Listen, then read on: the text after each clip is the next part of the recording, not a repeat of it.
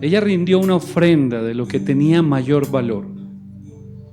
Cuando hablamos de derramar nuestro corazón o nuestra vida como un perfume a los pies del Señor, nuestro anhelo es darle lo mejor al Señor, lo más valioso en nuestra vida, nuestro corazón. Señor, aquí estamos rendidos delante de ti en adoración. No te damos lo que nos sobra, no te damos lo que nos toca, sino lo que anhelamos, Señor. Todo de nosotros lo rendimos a ti.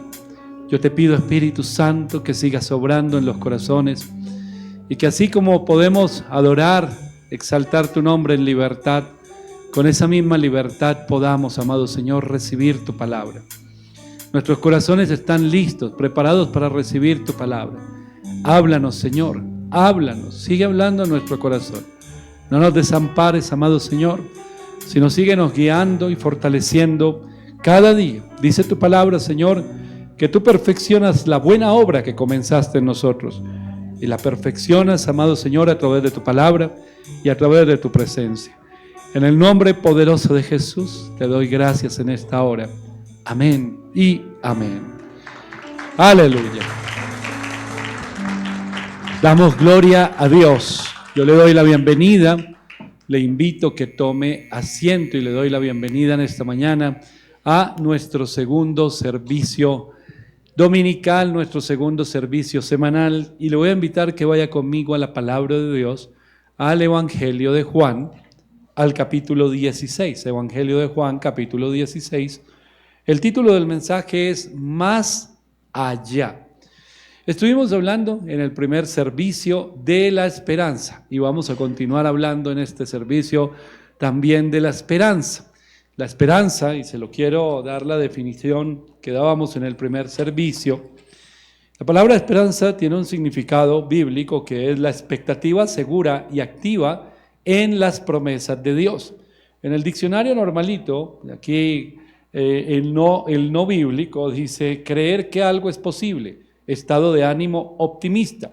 Por eso es que el enemigo quiere arrebatar nuestra esperanza, porque al arrebatar nuestra esperanza nos involucra, nos mete en un camino oscuro, en un camino sombrío, en un camino, ese camino de desesperanza que lleva al dolor, que lleva a la opresión, a veces a la depresión y a los pensamientos fatalistas. Y eso es lo que el enemigo hace cuando nos arrebata la esperanza.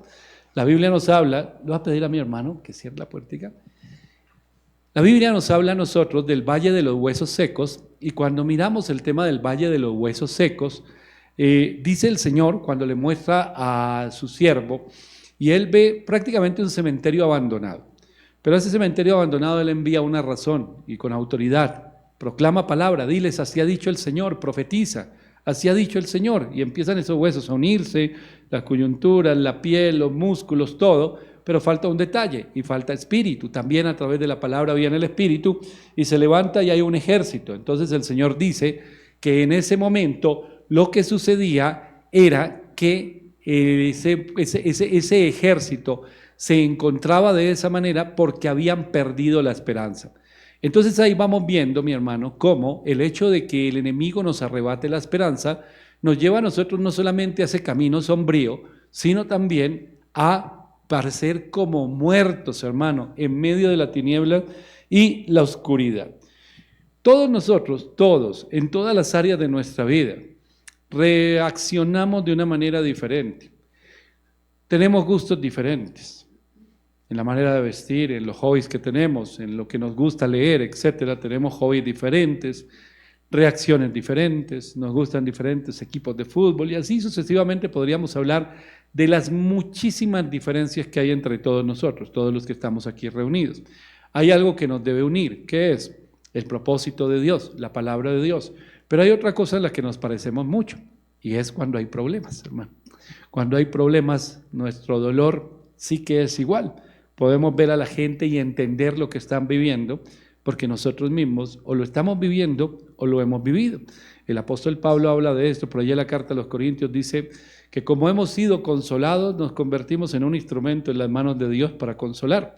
Pero si nunca hemos sido consolados, porque nunca pasamos un momento difícil, que eso no es real, no podríamos nosotros entender el dolor de otros. Así es que no podríamos nosotros discernir, tener nuestros oídos espirituales abiertos para discernir lo que están viviendo otras personas. Pensemos que estamos aquí adentro y estamos hablando de la esperanza y un poquito de manera, no lo voy a decir egoísta, pero sí un poquito mirando solo hacia la vida cristiana o hacia el pueblo cristiano, decir, menos mal que nosotros tenemos a Cristo, menos mal que nosotros tenemos esperanza, menos mal que nosotros tenemos a quién recurrir, menos mal que nosotros tenemos a quién ir.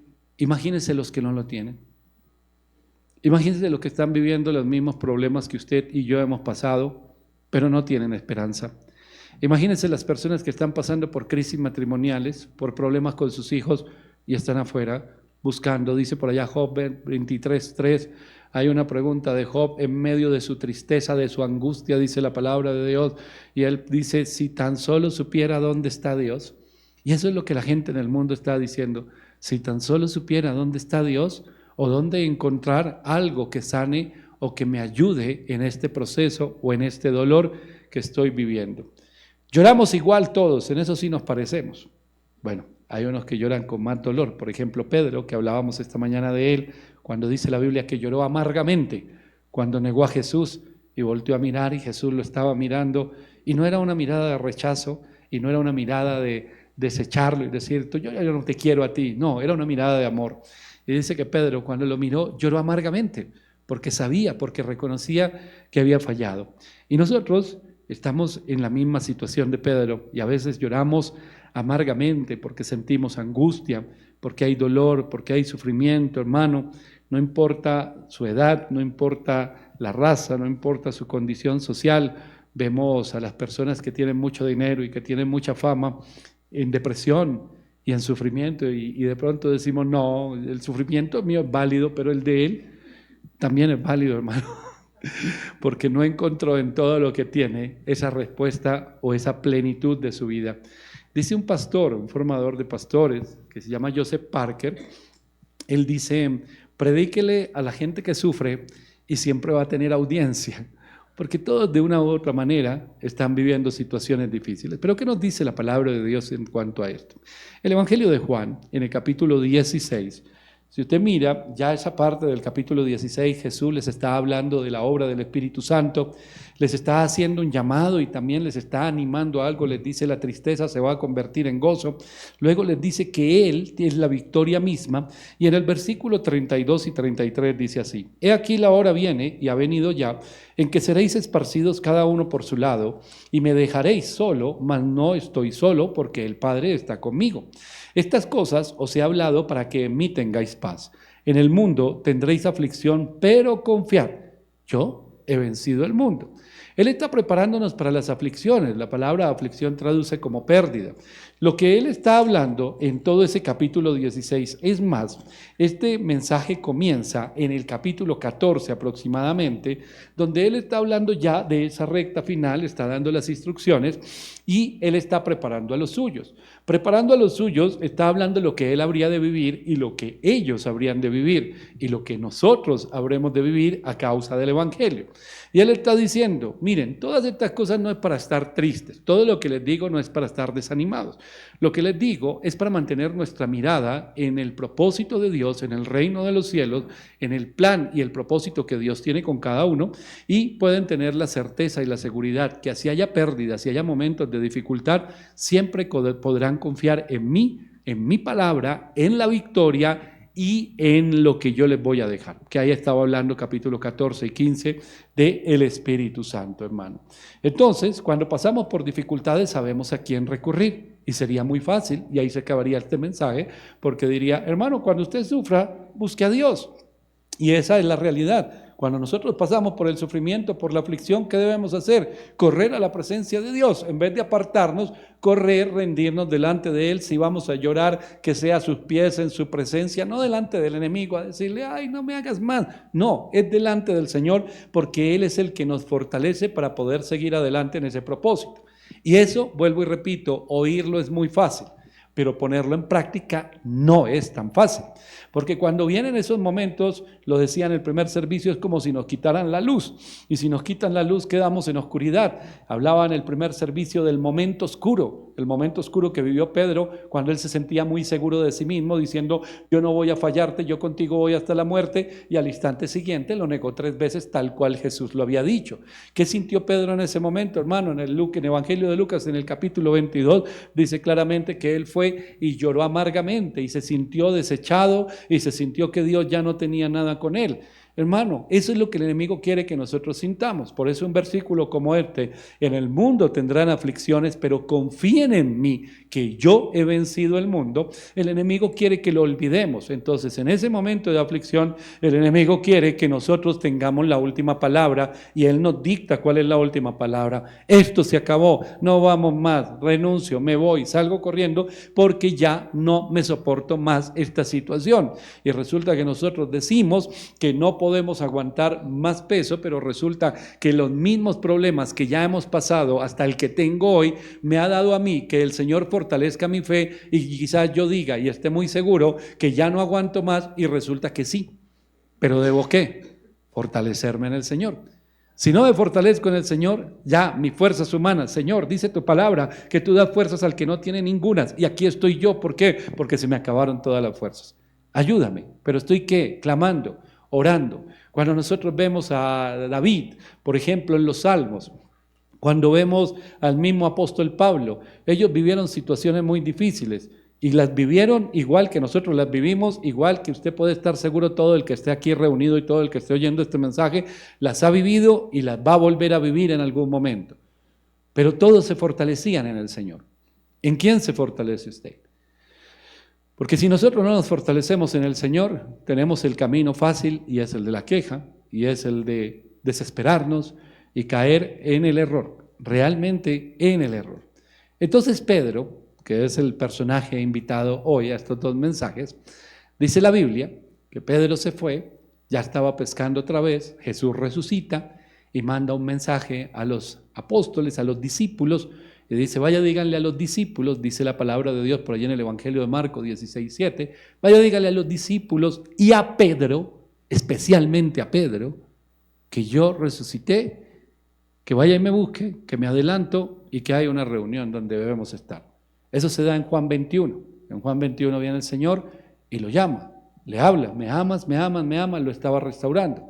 Y lo estaba restaurando y le da una palabra de lo que habría de venir, lo está restaurando a través de la esperanza. Es la esperanza la que nos restaura. La gracia nos salva, la gracia nos transforma, pero la esperanza es la que nos restaura. Entonces, Pedro, hay un momento donde viene el Espíritu de Dios, por allí usted lo conoce en el libro de los Hechos, y Pedro es el primero que termina predicando. Y cuando él predica en Hechos 2, ya no es el mismo hombre. La esperanza, la palabra que el Señor le dio, lo fortaleció de tal manera que ya no existía el mismo temor que hubo. Es decir, él tenía una seguridad en él mismo, igual que Moisés.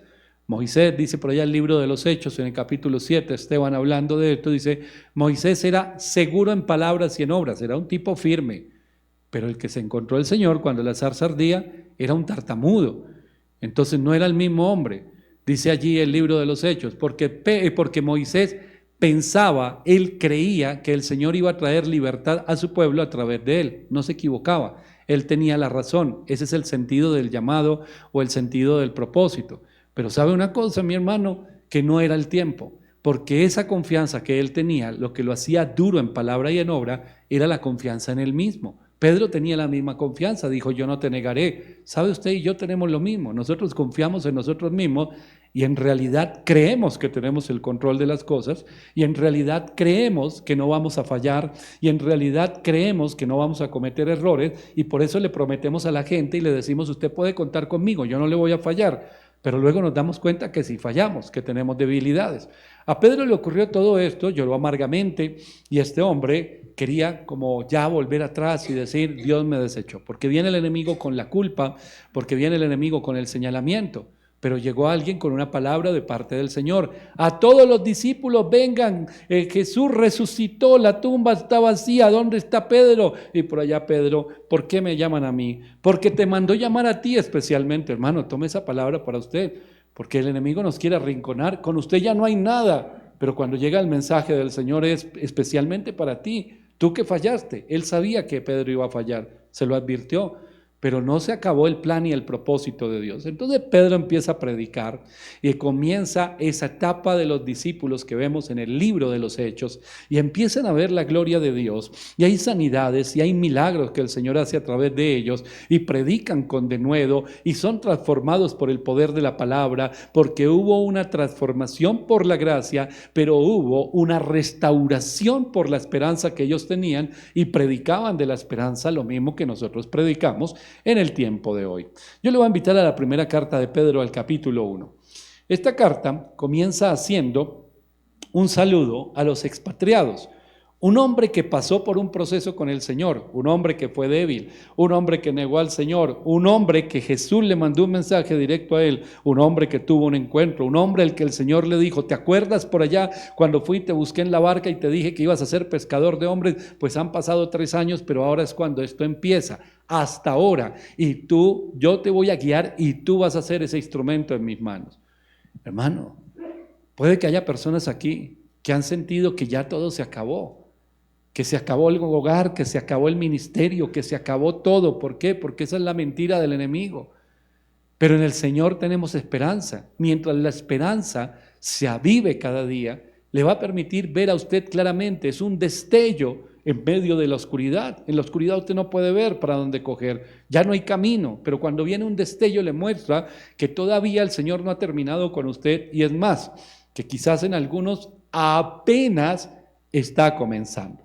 En la primera carta de Pedro, entonces, en el capítulo 1, versículos 1 y 2, dice así: Pedro, apóstol de Jesucristo, a los expatriados de la dispersión en Ponto, Galacia, Capadocia, Asia y Bitinia, elegidos según la presencia de Dios Padre en santificación del Espíritu, para obedecer y ser rociados con la sangre de Jesucristo, gracia y paz os sean multiplicadas.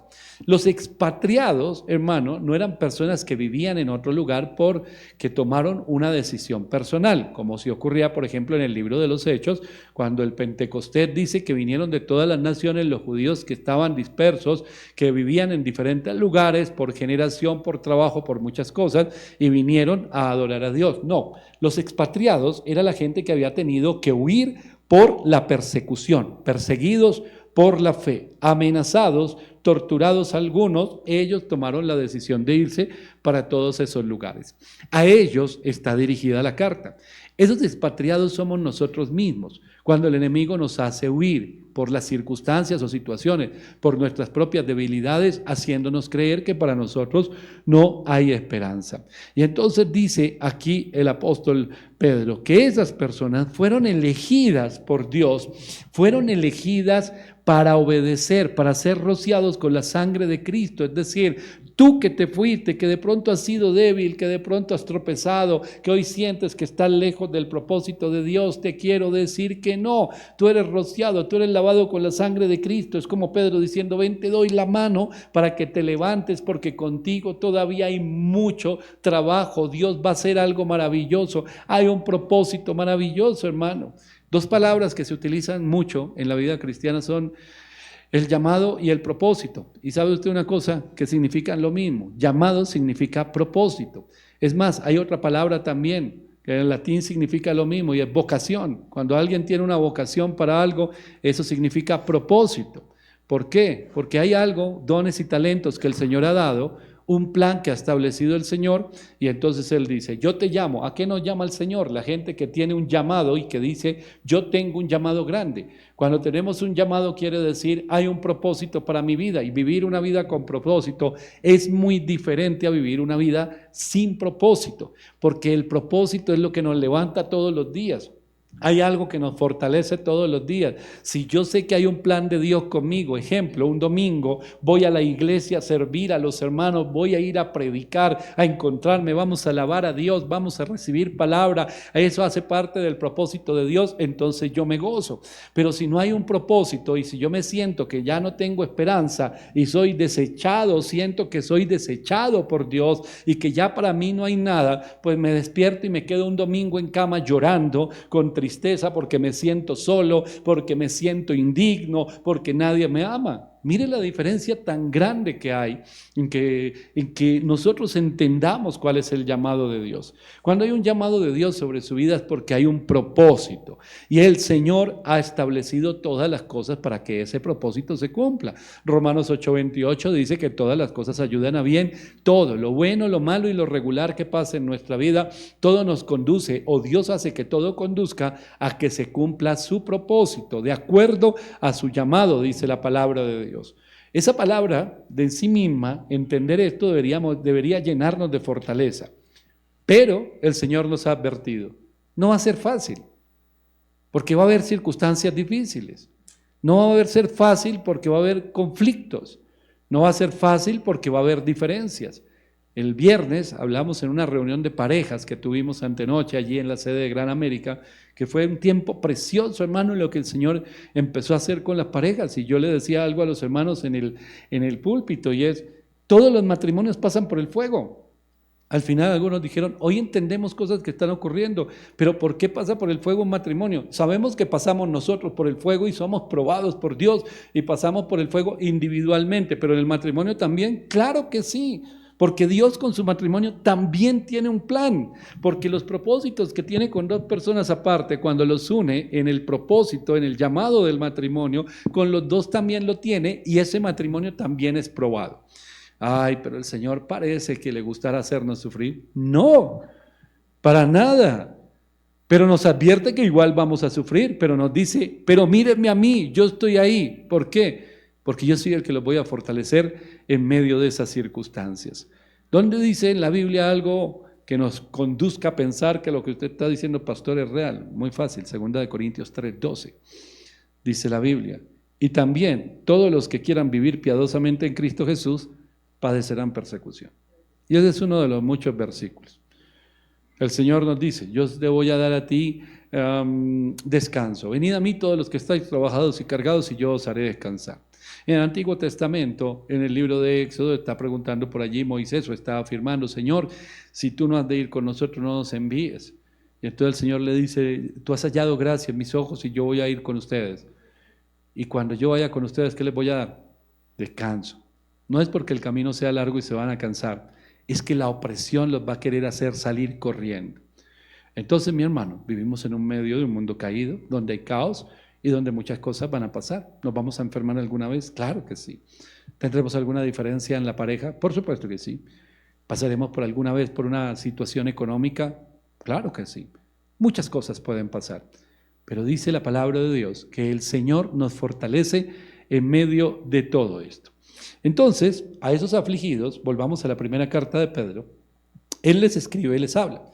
Y esta carta, específicamente esta carta, que es cortita y que tiene solo 5 capítulos, 3 hojitas en esta Biblia, habla por lo menos 15 veces de la esperanza, hermano. ¿Sabe por qué? Porque está hablando en esos 15 pasajes de las personas que sufren. Y no les está diciendo, ustedes que sufren, qué lástima con ustedes. Debe ser porque tienen un pecado oculto. O ustedes que sufren es porque se lo merecen. O ustedes que sufren es por desobedientes. No. Esos mensajes que está dando el apóstol Pedro a los que sufren, como él mismo sufrió una hora oscura, él les está llevando la misma esperanza que él tuvo cuando llegaron y le dijeron, oye Pedro, que el Señor está diciendo que a todos los invitemos y especialmente tú. En otras palabras, que tú todavía estás en los planes de Dios.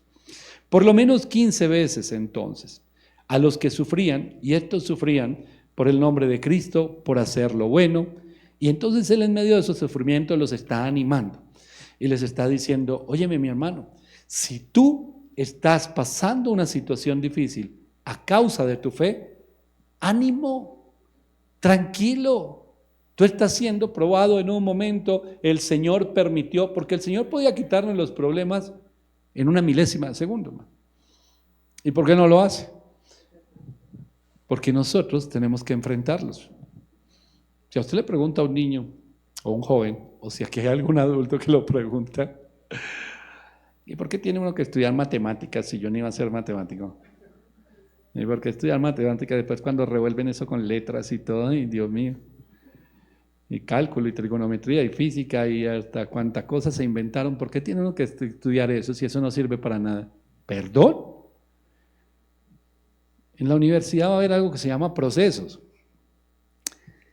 de la investigación y de muchas cosas.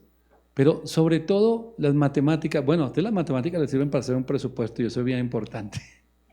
Pero sobre todo para resolver. Para resolver. ¿Qué necesita una persona para resolver? Atención y paciencia. Ah, pero una cosa es una operación matemática y otra cosa es mi matrimonio. Tiene que resolver. Atención y paciencia. Para eso sirve. Entonces, lo que le está diciendo el apóstol Pedro a esta gente que ha pasado por ese sufrimiento es: no te enloquezcas en medio de ese sufrimiento. Tenemos una esperanza. No pierdas la razón, no salgas a orar, le dijo Samuel a Saúl, has obrado locamente. Hermano, el afán, la ansiedad, el temor nos lleva a orar locamente. Tan locamente que terminamos nosotros destruyendo lo que Dios quiere levantar, por ejemplo. Y terminamos nosotros siendo instrumentos en la mano del enemigo. Entonces lo que Pedro está diciendo, cuando tú pases por esas crisis o por esos momentos, el momento oscuro, él lo dice como un testimonio. Yo le creo a Pedro, hermano, por lo que le contaba ahorita y lo que vimos en el primer culto, usted lo va a ver por allá en las redes sociales. Yo le creo a Pedro por eso. Pero si viniera un tipo que nunca pasó nada y no vivió esa hora oscura que vivió él, ni lloró amargamente y dijera, tranquilo, don Diego, eso no sufra. Yo diría, usted no ni entiende lo que yo estoy viviendo. Pero me lo está diciendo un hombre que pasó por la hora oscura. Un hombre que lo dejó todo por seguir a Jesús, un hombre que pasó lo mismo que los otros y lo que él estaba diciendo era, mi hermana, si usted está sufriendo, créame, y dice la Biblia que todos los hermanos lo están viviendo alrededor del mundo y estamos viviendo esto porque somos la iglesia del Señor. Igual usted tranquila, gócese en el Señor. Pedro, igual que Pablo, repite mucho, gocémonos y sintámonos, dice el libro de los Hechos, los cogen a los discípulos, los llevan a un lugar, los amenazan, les dicen que no prediquen, los meten a la cárcel, los amenazan con matarlos, con torturarlos, y cuando ellos salen dice que salieron gozosos de haber sido tenidos como dignos de sufrir por el nombre de Cristo. Y nosotros no, claro que también. Si tanto hablo de Dios, mi fe va a ser probada. Porque yo puedo hablar mucho de fe, pero en la práctica negar la palabra de Dios. En mi vida diaria yo puedo negar la existencia de Dios, el ateísmo en la práctica. Hablo y hablo y hablo de Dios y todos los cristianos hablamos. Dios es bueno, pero un abrazo, pero Dios lo ama, pero Dios está, pero yo confío en el Señor, pero ay mi Dios, tanto que lo amo. Y la Biblia dice que la manera de demostrar ese amor es obedeciéndole a Él. ¿Y por qué tanto que amamos al Señor, pero cuando tenemos problemas, nuestras reacciones son negando al Señor, a su palabra? ¿Por qué? ¿Por qué terminamos siendo instrumentos en las manos del enemigo? ¿Acaso somos mentirosos? No. Usted no sabe cómo va a reaccionar ante situaciones. Por eso el Señor nos prepara. Ore y ore y ore. Y ore, y ore más, y ore más, y ore. Fortalezcas en la oración. Porque cuando vengan esos momentos, vuelvo aquí a Pedro, lo único que los va a levantar en medio de ese sufrimiento es entender que ustedes son escogidos de Dios. ¿Qué significa ser escogido de Dios? Lo que le decía al comienzo, hermano, que nosotros tenemos el gran privilegio que tenemos al Señor 24 horas al día, todos los días de nuestra vida, porque Él dijo que estaría con nosotros todos los días.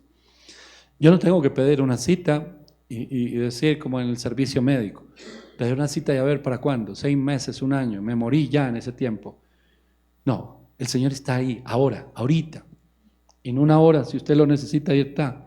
Eso significa ser escogido. Ustedes son míos, son apartados para mí. Yo voy a estar para ustedes siempre. en todo momento.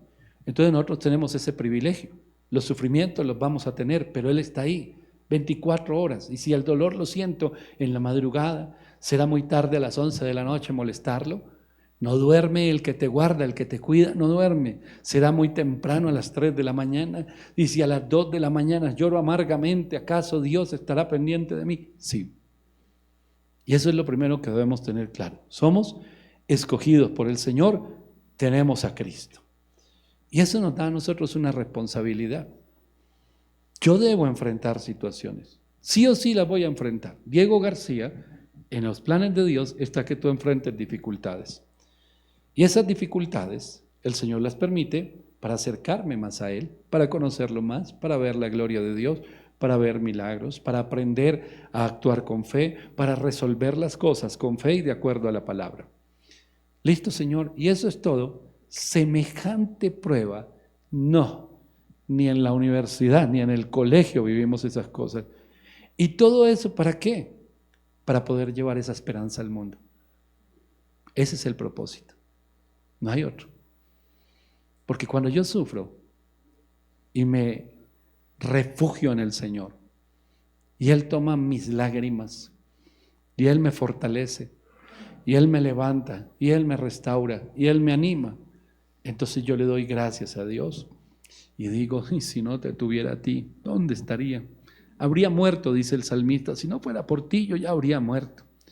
Pero entonces miro alrededor y veo que yo no soy el único que sufre, que el pobre sufre, que el rico sufre, que el jefe sufre, que el joven sufre, que el vecino sufre.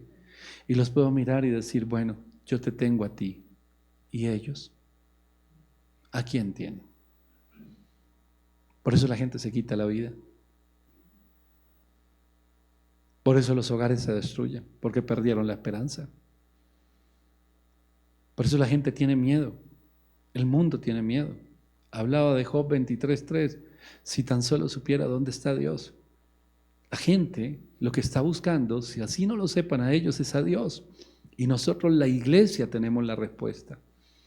Pero si nosotros no nos preparamos, si no nos preparamos para ayudar, pensemos, por ejemplo, en instituciones como la defensa civil, hermano, o en las compañías, en toda institución, esas brigadas de emergencia. Aquí tenemos hermanos que fueron a unos cursos y les enseñaron. Y si hubiese algo aquí, que Dios no lo quiera, algún día sucediera algo, un terremoto, un incendio, alguna cosa pasa, pues hermanos, los que no fuimos a esos cursos, ¿qué buscamos? La escalera y salir corriendo, eso es lo que buscamos. Y primero yo y paso encima del que sea. Pero el que se preparó tiene calma en esos momentos, cabeza fría. ¿Por qué? Porque él tiene una responsabilidad, porque él sabe que él es el último que sale, pero va a conducir a los otros a salvar sus vidas. Esa es la responsabilidad que nosotros tenemos. Por eso el Señor, en su amor, en su bondad y en su misericordia, nos entrena como cristianos a través de las dificultades. Y la gente pide, yo quiero que se acabe este problema. Pero ¿por qué no pedir que el Señor esté con nosotros y entender usted que Él está con nosotros en medio de ese problema? Entonces arranca aquí el apóstol Pedro a partir del versículo 3. Y le voy a hablar de 6 punticos rápidamente de lo que nos enseña este pasaje. El versículo 3 dice así: bendito el Dios y Padre de nuestro Señor Jesucristo, que según su grande misericordia nos hizo renacer para una esperanza viva por la resurrección de Jesucristo de los muertos. Usted y yo tenemos lo mismo, una esperanza viva. Nada de lo que ocurre es el punto final, porque la palabra final la tiene el Señor. Le decía a los hermanos en el primer servicio, mientras usted esté vivo hay esperanza, siempre. Se acaba todo cuando usted murió, ahí sí ya, ni modo, ya, bueno, en la iglesia tradicional, ¿y será que si hacemos una novena se salva? No, ya no se puede, ya. Era cuando estaba vivo. Si no estaba vivo, hermano, ya. Si no aceptó a Jesucristo cuando estaba vivo, de malas. Hermano, la esperanza viva está dentro nuestro. Tengo un problema, por difícil que parezca. Pensemos en la ciencia médica. Los médicos no son muy dados a dar esperanza, ellos no se van a comprometer. Ellos son intelectuales, son conocedores, son estudiosos y conocen la ciencia. Entonces le dicen a alguien, hablando de enfermedades como el cáncer y todas estas cosas, ¿usted cree en algo? Péguese a lo que usted crea, a ver si hay un milagro, porque desde este lado le decimos que le queda poco tiempo de vida. Uy, qué noticia tremenda, hermano. Me robó la esperanza. Y no hay nada que hacer, pues, de hacer sí se puede, pero quién sabe si funcione. ¡Ah! Me volvió a arrebatar lo poquito que me quedaba de esperanza. Pero el Señor sí se compromete. Y nos dice a través de su palabra, para mí no hay nada imposible. Entonces, cuando yo tengo una esperanza viva, veo el problema es real. Veo mi matrimonio en problemas y eso es real. Mis hijos en problemas, eso es real. Hago las cuentas, miro el bolsillo, eso es real. Es real, los problemas son reales y me afligen y me angustian. Pero cuando la esperanza está viva, sé que así como tan real es el problema, real es Dios y real es su palabra y hay una promesa. Entonces me sostengo en pie. Y cuando me sostengo en pie, esa esperanza que yo tengo, esa esperanza viva, me estabiliza, se convierte como un ancla. La Biblia nos habla de esa ancla, que es Jesucristo, que es su palabra. Entonces yo puedo estar en pie en medio de la situación difícil. La Biblia nos dice, el apóstol Pablo, por allí en la carta a los Efesios, en el capítulo 6, habla del día malo y dice que después que pase todo, estar firmes. El Señor se lo dijo a Pedro cuando le dijo que lo iba a negar. Le dice que habiendo regresado a firme a los otros, porque va a permanecer firme. Hermano, su esperanza se aviva cada día con la palabra de Dios. ¿O usted perdió la esperanza? ¿O dejó que el enemigo le robara la esperanza? Porque sin esperanza, sus palabras van a ser, siempre lo digo, hacerle la tarea al enemigo. Mirar hacia adentro de su problema y declarar e imponer su visión de fatalidad. Todo se acabó, esto no sirve para nada, esto no va para ningún lado, esto no va a funcionar, esto está terminado, estoy muerto, estoy acabado. ¿Quién está diciendo eso? Satanás. Y lo pone a usted a ser su instrumento. Pero cuando la esperanza está viva, usted está anclado, firme. La esperanza viva lo sostiene. Hay problemas y pareciera que todo se acabó, pero yo tengo una palabra. A mí el Señor me dio una promesa. A mi hogar el Señor le dio una promesa. A mi matrimonio el Señor le dio una promesa. A mis hijos el Señor le dio una promesa. Entonces mire lo que es una esperanza viva. Pero dice más la palabra de Dios. Vamos a leer otra vez el versículo 3 y el 4 ahora. Bendito el Dios y Padre de nuestro Señor Jesucristo, que según su grande misericordia nos hizo renacer para una esperanza viva por la resurrección de Jesucristo de los muertos, para una herencia incorruptible, incontaminada e inmarcesible, reservada en los cielos para vosotros. Entonces yo tengo firmeza en la esperanza de Dios y además el Señor me da una herencia permanente, una herencia tierna. ¿Cuál es? El reino de los cielos. Aunque uno un poco toque sufrir en esta tierra, lo dice Pedro, o lo dice el autor de la carta a los hebreos de esta manera, uno un poco y lo que ha de venir vendrá y no tardará.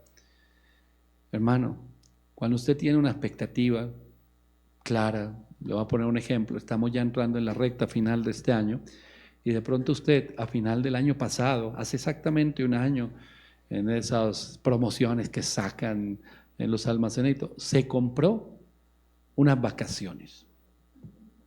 15 días por allá en una playa y usted ya lo compró, ya lo pagó y le queda ya poquito, se acerca. Cuando lo compró eso se veía lejos, un año, pero ahora se ve cerquita. Entonces usted está cansado, ha sido un año de duro trabajo, de madrugadas, vaya, venga, trabaje, problemas, cosas, pero tiene ahí la vuelta. Entonces empieza a contar un día menos, no los que le faltan para llegar. No, y esto nunca vamos a llegar. No, ahora cada día nos acercamos más. Ya en 15 días, en una semanita, ya me voy a descansar, me voy a ir 15 días a descansar. Hermano, eso lo fortalece. Y usted sigue trabajando, ya no piensa en el cansancio que tiene. Pero los que no compramos paseo. Bueno, ha sido un año difícil, ha sido un año pesado, ha sido un año duro. ¿Y qué viene hacia adelante? No, pues más trabajo. Hermano, esa herencia que hemos recibido, esa herencia permanente que es el reino de los cielos, en realidad es todo lo que usted anhela. Ay, Señor, yo quisiera vivir sin problemas. Ay, Señor, yo quisiera nunca tener que hacer cuentas para ir a hacer el mercado. Ay, Dios, yo quisiera nunca enfermarme. Ay, Dios, yo quisiera nunca tener una diferencia en mi casa con ninguno, ni con mi esposa ni con mis hijos. Ay, Dios, yo quisiera que no hubiese ladrones. Yo quisiera que no hubiese trancones. Yo quisiera que no hubiese inundaciones. Yo quisiera que todos los días resplandeciera el sol. Entonces el Señor me dice, ¿sabes qué es lo que tú anhelas y deseas? ¿Qué? ¿El cielo? No, en serio, todos anhelamos el cielo. ¿Usted sabe por qué anhela el cielo? ¿No sabe por qué anhela el cielo? No es porque usted se quiera morir. No, porque todos nosotros fuimos creados a la imagen y semejanza del Señor, y usted mira desde Génesis, y todo hombre anhela cómo era antes de Génesis 3, la creación. Si no lo sabía, hoy ya aprendió. Todos anhelamos eso. ¿Por qué? Porque nosotros nacimos en esta época. Los más mayorcitos aquí, ¿cuánto tienen? 60, 70 años, hermano. Somos de esta época. Pero todos anhelamos lo que era hace siglos. Así era la relación con Dios.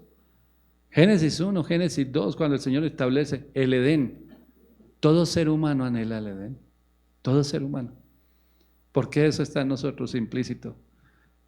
Porque el Señor nos hizo a su imagen y semejanza y nosotros añoramos eso. La vida perfecta. No hay enfermedad, no hay sufrimiento, no hay peleas, no hay trancones, no hay que pagar nada, no hay que sufrir, no hay nada, hermano. Eso es lo que todos anhelamos. Entonces el Señor dice, lo que tú anhelas, yo lo tengo para ti. Esa es tu herencia. Por eso dice la Biblia, me fui a preparar lugar para ti. Entonces ya tenemos dos cosas en medio del sufrimiento. Una esperanza viva y una herencia permanente. El versículo 5 dice, que sois guardados por el poder de Dios mediante la fe para alcanzar la salvación que está preparada para ser manifestada en el tiempo postrero. Lo tercero que nosotros tenemos, sois guardados por el poder de Dios mediante la fe, es que tenemos la protección de Dios. ¿Pero qué es la protección de Dios? ¿Que Él nos mandó un ejército de escoltas alrededor para que no nos ocurra nada? No, es la protección de nuestras almas. Nuestras almas están protegidas divinamente, por Dios, de la divinidad. Él nos guarda, porque se fue a preparar lugar para nosotros y sabía que íbamos a enfrentar muchas cosas. Estamos rodeados de caos, estamos rodeados de violencia, pero usted y yo estamos escondidos en las manos de Dios. Lo siguiente, versículos 6 y 7. En lo cual vosotros os alegráis, aunque ahora por un poco de tiempo, si es necesario, tengáis que ser afligidos en diversas pruebas, para que sometida a prueba vuestra fe, mucho más preciosa que el oro, el cual, aunque perecedero, se prueba con fuego, sea hallada en alabanza, gloria y honra cuando sea manifestado Jesucristo. Le voy a decir una palabrita que dice el versículo 6, que es muy importante, en lo cual vosotros os alegráis, aunque, esa palabra es muy clave ahí en ese versículo, en otras versiones dice, a pesar de, y eso significa que aunque haya dificultades o a pesar de las dificultades, esa esperanza viva en la cual nosotros estamos anclados, nos mantiene en pie, porque nosotros vemos por encima de las circunstancias. Aunque tú tengas problemas en tu hogar, mira por encima de ese problema porque hay una palabra por esa familia, por ese hogar. Aunque un día estés sentado frente a un médico y te diga, ¿usted cree en algo? Porque te va a dar una noticia difícil, recuerda que tu esperanza te sostiene. Y tú ves por encima de las circunstancias. No sé, hermano, cuántas personas, ¿qué ejemplo le pongo? Mire, uno muy sencillo. Montar en bicicleta. Los que sabemos montar en bicicleta, hermano, tuvimos que aprender. ¿Cómo? Cayéndonos. ¿Cómo sostiene usted el equilibrio? ¿Cómo aprende? Al principio tiembla, ¡pum!, se cae, se raspó, le dolió. Cuando somos jóvenes eso es un parque de diversiones. Ya más viejitos, ojo, los que más viejitos van a aprender a montar en bicicleta, tengan cuidado. Pero cuando uno es joven se cayó y la quinta y grande, ay, ay, ay, me dolió hasta a mí. No, y se para y otra vez. ¿Por qué? Porque estoy aprendiendo a mantener el equilibrio. Y en todo, hermano, en absolutamente todo hay un proceso de aprendizaje. Lo que la Biblia nos dice, aunque tú tengas que ser probado, si es necesario, en diversas pruebas, porque cuando tú las pruebas, lo que se está probando es tu fe.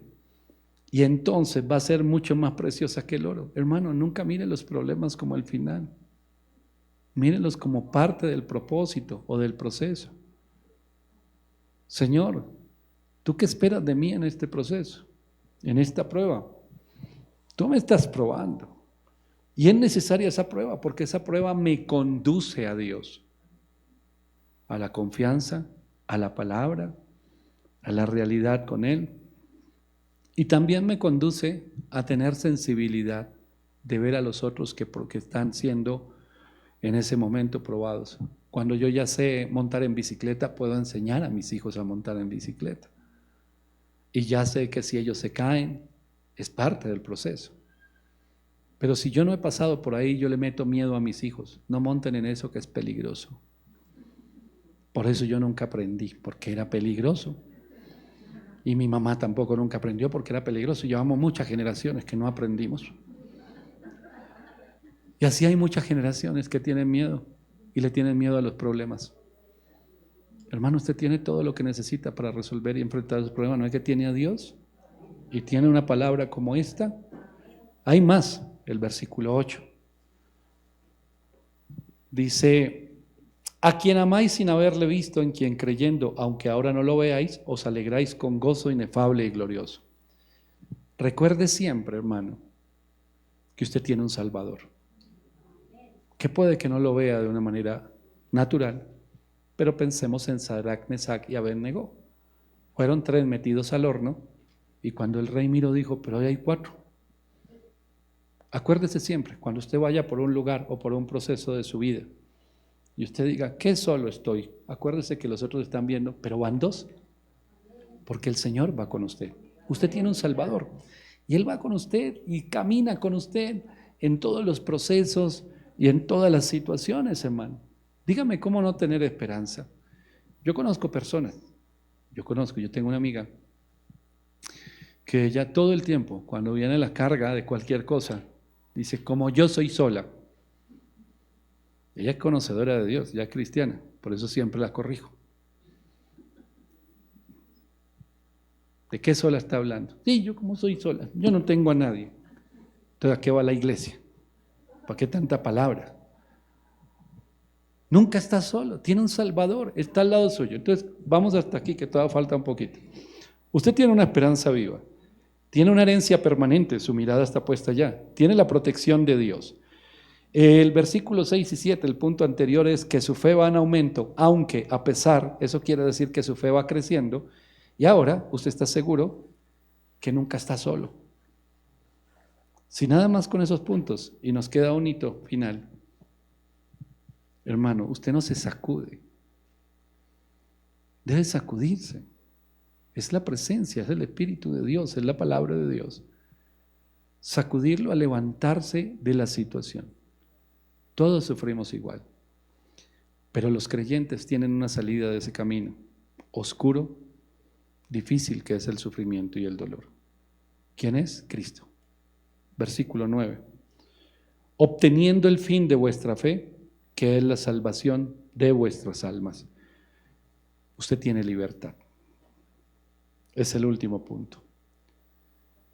Solamente la presencia de Dios reemplaza en nosotros el dolor y el sufrimiento en regocijo. Regocijo es lo que Juan dice por allá: amado, yo deseo que tú seas prosperado en todas las cosas, así como prospera tu alma. La palabra en hebreo es simja, el regocijo, la plenitud, la llenura total. Tengo al Señor, tengo todo, tengo regocijo. Me regocijo en el Señor. Va más allá del gozo que nosotros conocemos natural, y es un tema de decir, en medio de las tormentas, el Señor me dice, camina, y yo camino. Oye, ¿y tú no tienes problemas? Sí. ¿Y estos problemas no te agobian? A veces. ¿Y no sufres? Por supuesto que soy de carne y hueso. ¿Y entonces cómo sigues caminando si todos estamos tirados en el piso llorando y quejándonos? ¿Qué te hace a ti levantarte y seguir caminando? Todo esto que acabamos de ver, que podríamos resumir: tengo a Cristo en mi vida. Y si tú no lo tienes, yo me paro un momento en el camino para hablarte de Cristo, para que te levantes, porque lo que yo tengo, Dios te lo quiere dar a ti. Y nos convertimos en instrumento en las manos de Dios. Podemos entrar en el caos del mundo, el caos, el desorden total del mundo, y nosotros podemos involucrarnos en todo eso y gritar y hablar palabras de desánimo y maldecir y pelear y reclamar mis derechos, impongo una cosa, la otra. O podemos entregar nuestra vida al Señor y saber algo, hermano: todos vamos a entrar, no una, sino muchas veces, en ese camino de sufrimiento. Y es importante para nuestra vida. Es importante. Mire, uno puede decir a veces por molestar a una persona: uy, a usted sí faltó que en la casa le apretaran un poquito las tuercas al que es ultraconsentido, pues, un nenito de papá y mamá. Oiga, a usted le faltó un poquito. A usted le faltó un poquito que en su casa le enseñaran un poquito más, porque todo eso parte desde la niñez, hermano. Hermano, hay una gran cantidad de personas que no saben enfrentar la vida. Ya aprendimos algo hoy.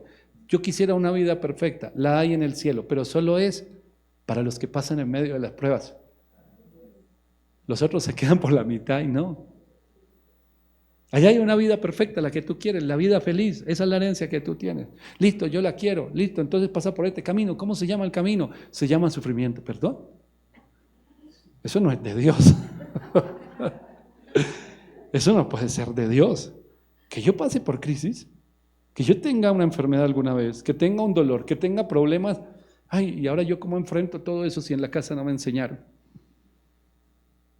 Pero el Señor le enseña. Le dice: yo lo amo, yo no lo voy a soltar. A Pedro no lo soltó.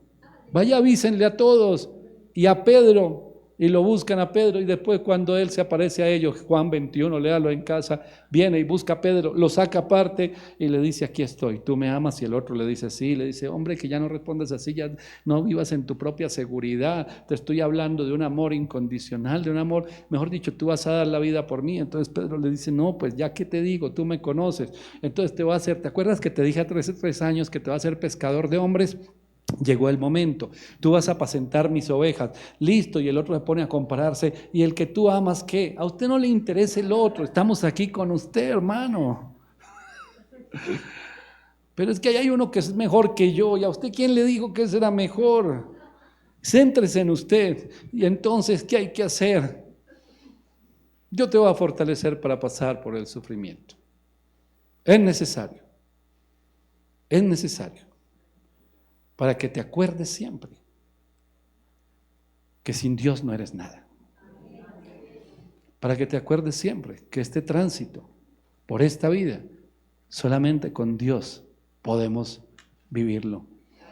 El sufrimiento juega un papel importante en nuestras vidas porque nos conduce a Dios y nos permite conocerle mucho más y mucho mejor. porque ahí empezamos a ver cuál es el poder de Dios. Y empezamos a experimentar lo sobrenatural, no lo natural. Hay gente que ora por lo natural, no ore por lo sobrenatural. Y lo natural va a ocurrir en medio de todas esas tormentas. Porque no hay satisfacción tan grande, hermano, de alcanzar metas de la mano del Señor. No sé usted qué piensa, pero esto se va a transmitir el martes, el lunes, no sé. Pero le voy a contar una cosa. Le voy a contar un secretillo, pero hay una infidencia. Me dice a mí alguien y me invita y me dice, oigan, por su experiencia en el programa de radio, a usted lo pueden titular como comunicador social y periodista. ¿Qué? ¿Quién? ¿Qué hay que hacer? No, yo pregunté, ¿cómo? Pues yo no tengo pensado estudiar 5 años en la universidad de comunicación social y periodismo. No, por la experiencia en radio. Y le digo, ¿pero por qué? Y me dice, no, a muchos pastores lo van a hacer.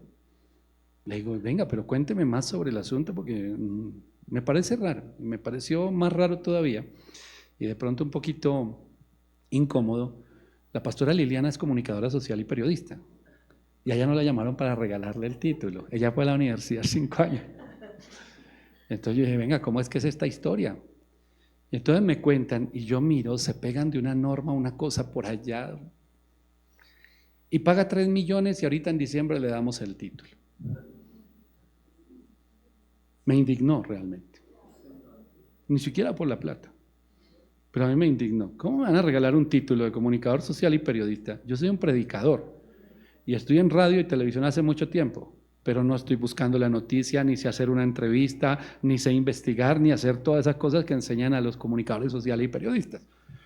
Yo estoy en radio, en televisión, pero predicando. ¿Cómo me van a dar a mí un título de comunicador social y periodista? A mí me indignó. Yo no quisiera eso. Pero mire cuántos ya están y eso en el Congreso les van a dar el título y van a hacer el bombo.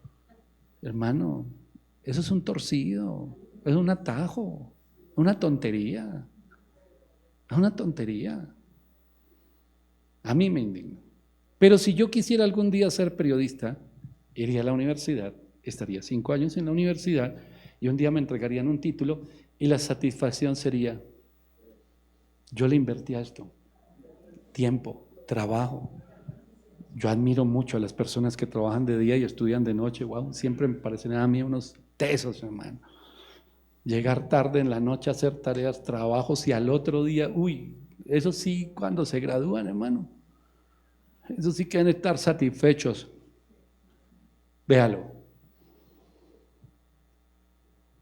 Por eso el mismo Pedro, que no es el tema de hoy, dice ahí en su carta, que ojo que va a haber algunos que por el amor al dinero de otros van a terminar sacándoles ese dinero para venderles un atajo, una mentira, un engaño. Nosotros tenemos fortaleza en medio de las dificultades porque tenemos esa esperanza en el Señor, porque nuestra esperanza nos fortalece, porque vamos a estar en el reino de los cielos con Él, porque Él no nos ha desamparado, no nos va a desamparar, pero no podemos tomar atajos. Entonces, Señor, sí o sí tengo que ir por ese camino donde hay dolor a veces, otras tantas sufrimiento, otras tantas preocupación, sí, pero yo voy a estar contigo. Y cuando tú seas levantado, vas a entender lo que vive la gente que no me conoce y vas a sentir tú una necesidad. Hay en tu interior, hay de mí si no les predicara. Si yo sufro y tengo a Cristo y con eso tengo momentos difíciles, ¿cómo serán los pobres que no? Y no digo los pobres económicamente, porque hay muchos millonarios que sufren, pero no tienen a Cristo, hermano. Entonces sé la necesidad que tienen del Señor y eso es lo que predicamos nosotros. Pero voy cerrando con esto. Si usted está pasando o en los últimos días ha pasado por una dificultad, no proteste por esa dificultad. Ni siquiera le pregunte al Señor, como dicen algunos por allá, no preguntes el por qué, sino el para qué. Tampoco pregunte para qué. Porque si usted lo que quiere es una explicación, usted no tiene fe. Usted quiere llevar todo al intelecto. No. Simplemente recuerde, siempre recuerde, estoy pasando por el fuego, pero tú estás conmigo. ¿Y hacia dónde voy? Hacia ese nuevo cielo y esa nueva tierra, donde ya no hay sufrimiento, donde ya no hay dolor. Y me sostengo firme aquí, no solamente para llegar allá, sino para invitar a muchos que no te conocen, para que ellos tengan la misma esperanza que yo tengo, que es Cristo Jesús. Yo le invito a que incline su cabeza, hermano.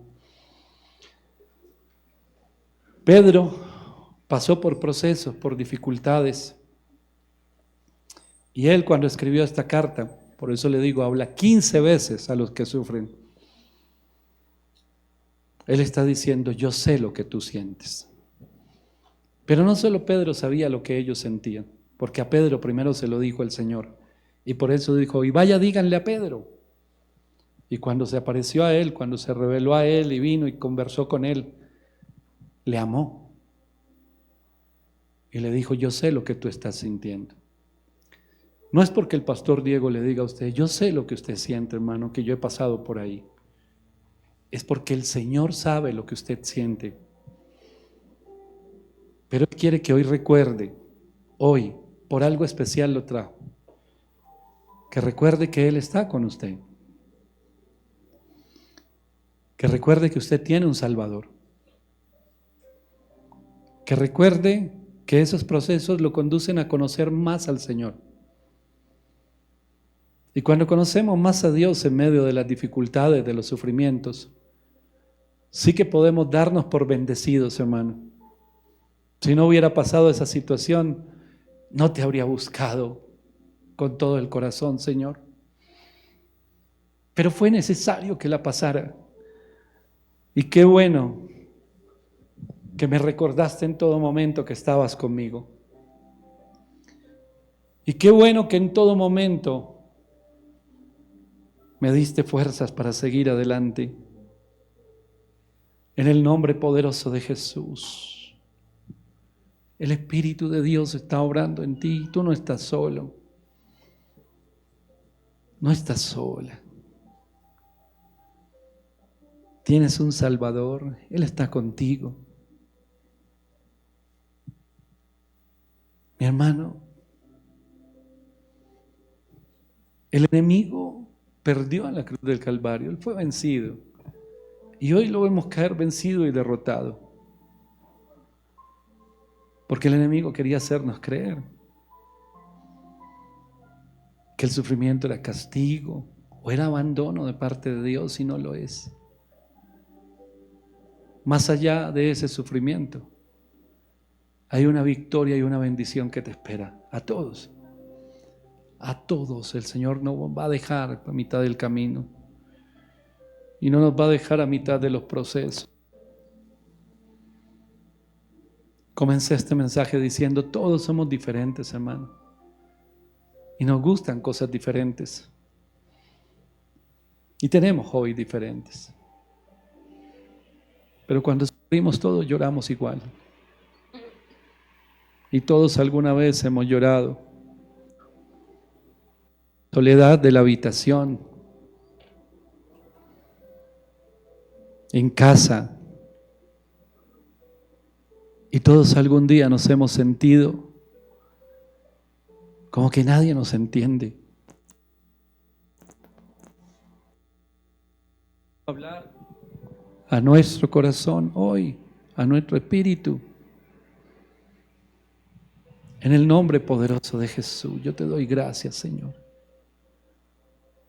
Hay esperanza en Cristo. Nunca hemos estado solos, nunca, nunca, nunca. Tenemos un Salvador.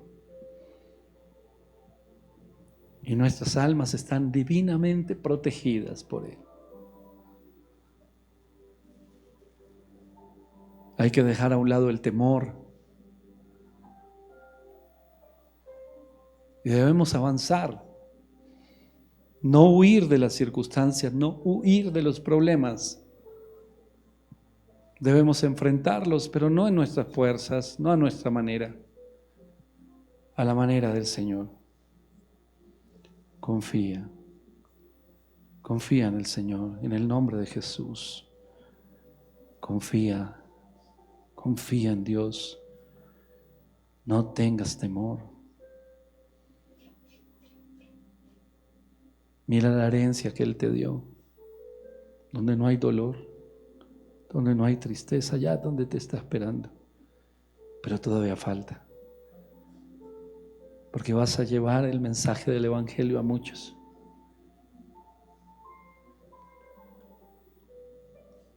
Y les vas a decir, yo también he pasado por ahí. Yo también pasé por ahí. Y mira que el Señor me sostuvo. Ven, te presento a Jesús. Ven, te presento al que dijo, vaya y cuéntenle, pero primero a Pedro. Ven, te presento a Jesús. Fortalece la vida, Señor. En medio del proceso que estés viviendo, míralo a Él. Él te está mirando. Él te ha sostenido.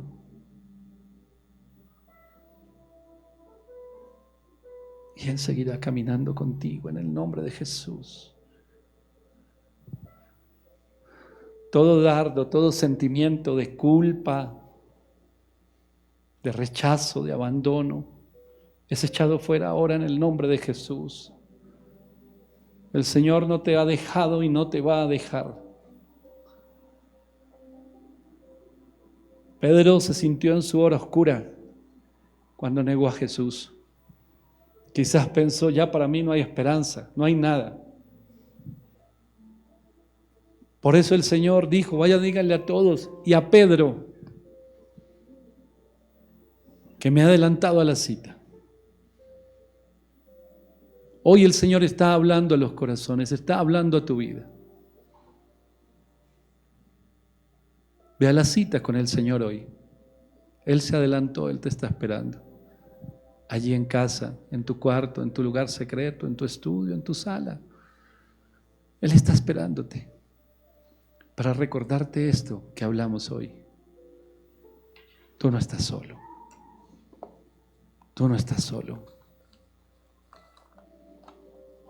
Tienes una esperanza viva. Tienes una herencia permanente. Tienes la protección de Dios. Tu fe en medio de los procesos es una fe que va en aumento. No eres el mismo. Y cada proceso que pasas no seguirá siendo el mismo. Tienes un Salvador. Y tienes libertad para creer, para confiar en el Señor y caminar con Él. La última palabra no la tienes tú. La última palabra no la tiene el hombre. La última palabra la tiene el Señor. Y por eso nos anclamos en su palabra. Por eso podemos ver por encima de las circunstancias.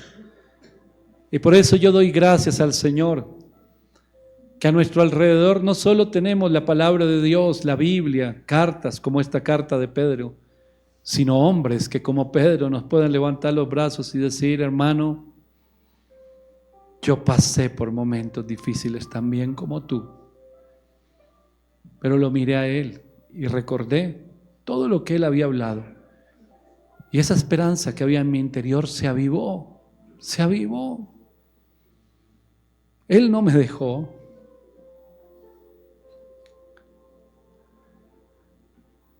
Él no me dio la espalda y nunca me la va a dar.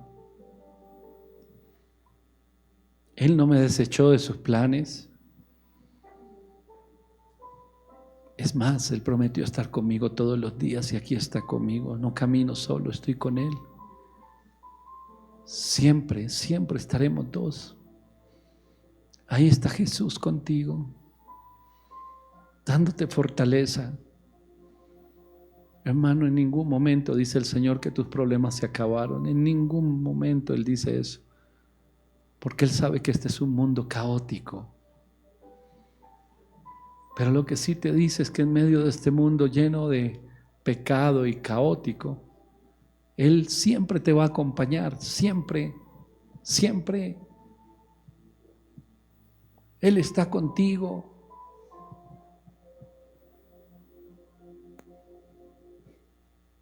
Y acuérdate, no solamente que Él está contigo, sino acuérdate las promesas que Él te dio en el nombre de Jesús. El que hay sobre tu vida, el propósito tiene. Hoy el Señor te recuerda ese llamado y ese propósito. Es tiempo de levantarse y avanzar y confiar en Él. Gracias te doy, Señor, por la restauración de las vidas. La gracia salva y la gracia transforma. Pero la esperanza es la que restaura. No te dejes arrebatar la esperanza. Satanás quiere robarte la esperanza. Te roba la esperanza y quedas a oscuras. Quedas en la opresión, quedas en la depresión, quedas en la tristeza, quedas en las tinieblas. La esperanza es un resplandor de Dios mismo en nuestras vidas que nos permite ver hacia adelante, hacia dónde nos dirigimos. Oro por todas las familias aquí representadas, Señor. Oro por todas las familias que están recibiendo tu palabra. Oro, amado Señor, porque sé que nos trajiste con un propósito y que de este lugar nos salimos igual. Oro, amado Señor, porque sé que hoy mismo salimos de este lugar, cuando vayamos a casa, vamos a ese encuentro. Tú te adelantaste a ese encuentro y allí nos estás esperando para hablarnos, para levantarnos, para fortalecernos, para mostrarnos la salida y sobre todo, Señor, para recordarnos que la victoria ya tú nos la entregaste. En el nombre de Jesús te doy gracias, Señor. Amén y amén. Aleluya.